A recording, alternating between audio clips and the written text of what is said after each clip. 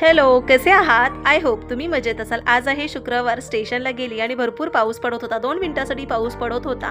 तसंही मला बरं नव्हतं वाटत होतं, कारण मला सर्दी प्रचंड झाली होती आणि त्या पावसाने ना एवढं थंडगार झालं होतं, की मला खरंच खूप आनंद झाला होता. पण त्यानंतर 2 मिनिटानंतर ना तो पाऊस थांबला आणि त्यानंतर ना सरी पण थांबल्या. तर एवढं गरम व्हायला लागलं, की काही विचारू नका. सो आज आहे शनिवार. ऑफिसवरनं सुटली आणि प्रचंड भूक लागली होती, म्हणून स्टेशनवरून येताना छान भेळ घेतली. पटापट घरी गेली आणि स्वयंपाकाला लागली. स्वयंपाक मी पटापट का करते, कारण दीपकची जर नाईट शिफ्ट असली ना, मग मला पटापट एक 45 मिनिट्स माझ्या हातामध्ये असतात आणि नुसतं मला डाळ भात करून चालत नाही. मला डाळ भात, भाजी, भाकरी सगळं करावं लागतं एक 45 मिनिटामध्ये.